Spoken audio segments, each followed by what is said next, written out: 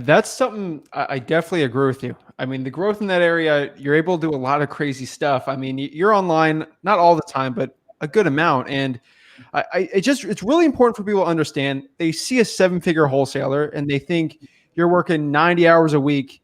You got like 50 employees in this huge office and like it's stress, Right. stress, stress. It's like the Wolf of Wall Street. Can Right. you explain what your business looks like and what a Absolutely. real 7-figure wholesaler looks like? I like these questions, man. So yeah, ironic. I'm in LA right now, man, working from LA. I love it. And out here for a few more days. So my business is we've got 6 people on the team, right? We've got 3 American callers. All right. We've got a lead manager, and then we've got a VA, and then we've got myself. And so I pride myself on keeping a really lean operation. And the reason being is before I didn't have one, I had a bunch of different people and all these different roles. And what I started to realize was, I asked myself something really specific one day. I said, why are we trying to do business this way? Mm-hmm.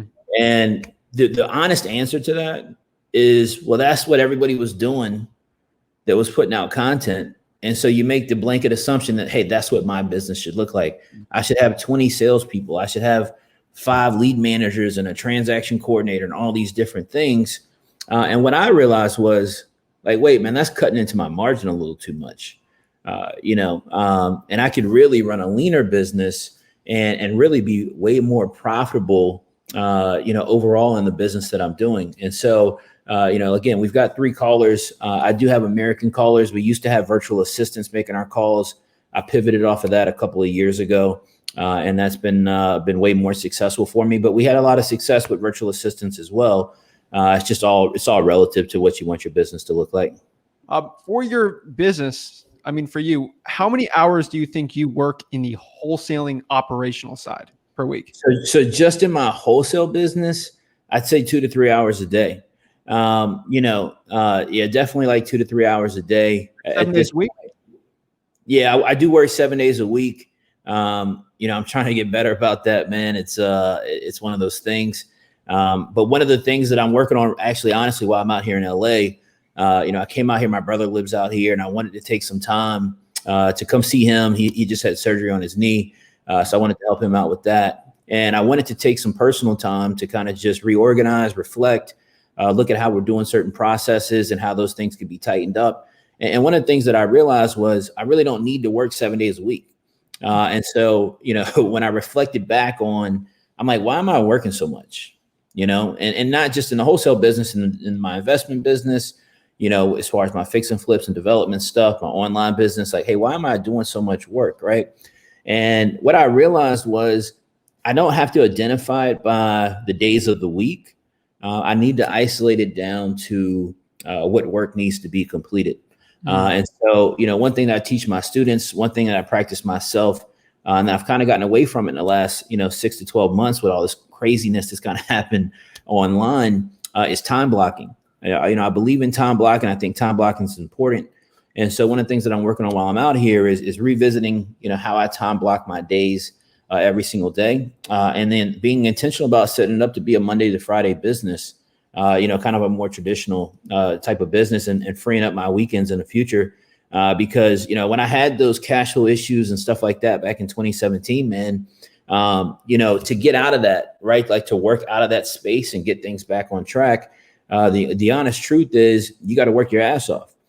So I put in a lot of hours, I put in a lot of time, I put in a lot of effort, and you just get in that grind mode to fix things. And so what tends to happen, or at least what happened for me, is I never reorganized or recalibrated the machine once things got back on track. And I just kept working at that same pace with that same energy. And then I finally had to realize, like, hey, man, like, you don't have to work that hard, anymore. Like we've gotten it figured out. Right. And so just making that adjustment. But yeah, man, I work a couple hours a day in the wholesale business. It gives me the ability to come in, look at some reporting, see what's going on, see what leads we have, where I need to kind of give an opinion on what offers need to be made. One of the key people that I shifted around, I want to point this out. So when I say 3 callers, one of those callers, I shifted him into, he still makes calls, but his primary responsibility now is I'm turning him into me. And so what I mean by that is in my business before, we would speak to a seller, and if they were interested, that seller would then be handed off to me to close them. All right. On that second call, you know, I would call them back to close them, or they'd hand the call off to me, whatever the case might be. But when I started doing all this online stuff, it became more difficult to make time to do those handoff calls and all those different, to even be available to take them. And so what I started doing here in the last, I'd say probably 60 days, is I took one of my callers and I'm morphing him essentially into me. And he knows this if he sees this, right? I'm morphing him into me in effort to get him to close these deals over the phone to help me free up more time to work on other things. Okay. And right now, so you're closing the deals currently? Nah, so we've already shifted. So right now we've shifted over to him actually closing them. And so it's kind of weird how it works now. So I step in if it's like a seller that's like, they need some of that, you know, they need some of that. They need some bars to get hit with, right? I step in on something like that. But for the most part, he's handling closing those deals. And then I'm consulting with him directly to give him feedback on the conversation or what he's dealing with when he's having that conversation with the seller. And the goal is within the next 6 months for him to be in a place where he can kind of run on his own independently and help get these leads closed without me having to be kind of over his shoulder or anything like that. Thank you so much for watching this video today. Consider liking this video. It helps the YouTube algorithm so my videos can get shown to more people, so I can help my mission on this channel to help you make over $100,000 in real estate wholesaling absolutely for free. If you're getting any value out of this whole channel or from the clip today, please consider subscribing to the channel. It means so much to me. Have a blessed day.